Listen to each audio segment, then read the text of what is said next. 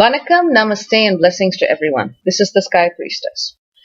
Well, I did a post on empaths this morning and it just got this huge response. So, I'm addressing that response and what I've been asked to talk about more.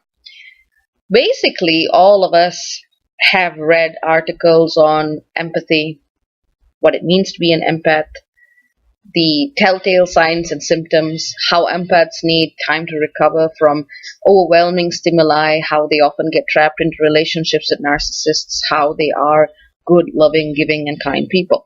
All of this is true. I'm an empath myself. I kind of have to be considering the work that I do.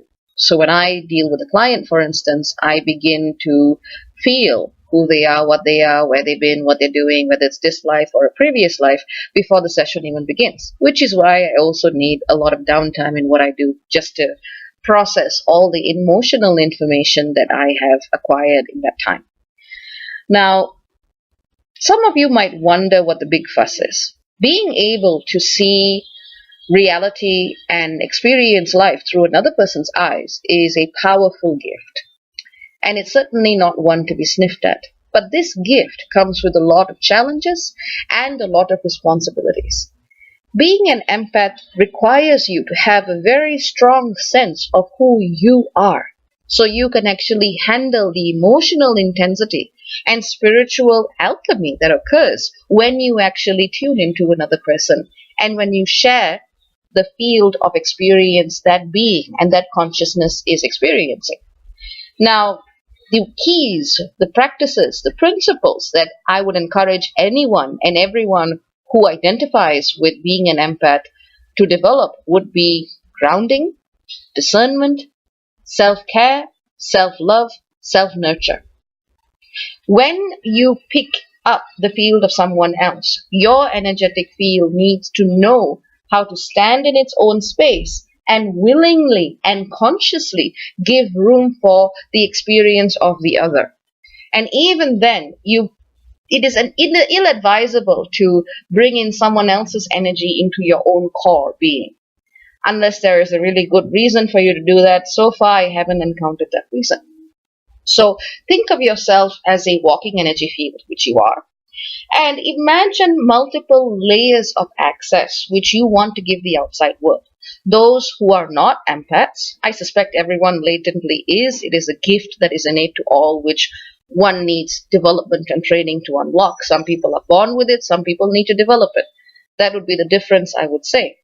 But when you meet someone who is just coming straight into your field, you kind of need to have the ability to say, nope, you stay there, I'll stay here. How can I help? That is, if you want to use these gifts to help others. It is important to develop energetic layers around yourself so you can do this job effectively if you want to do it as a job without being overwhelmed by it. Some of you don't have a choice. You were born this way, you were hardwired this way, and so you pick up everything at once. But here's the good news. That too can be somewhat mitigated by practices that focus on you feeling your own energy, feeling your own being. Hold on to yourself. Hold on to that core experience of you in the moments that you feel attacked, violated, or simply just overwhelmed by everything that's going on. You will still perceive and receive whatever you're perceiving and receiving, but it won't feel like an assault or taxation on your emotional reserves as much as it normally would. Now, there are so many people in the world who are waking up to these gifts, and thankfully teachers are appearing who can help you use the gifts of becoming an empath or being an empath in a more empowered way. There is a gift to see the world through another's eyes, but when you stop looking at the world through your own eyes, that's when the problem arises.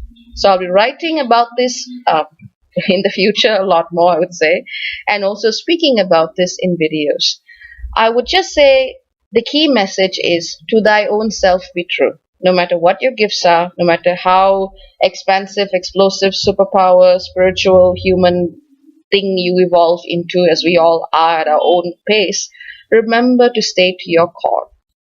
If you can't do that, take a step back and go back to self-care, self-love, listening to your being. Cha-cha for now.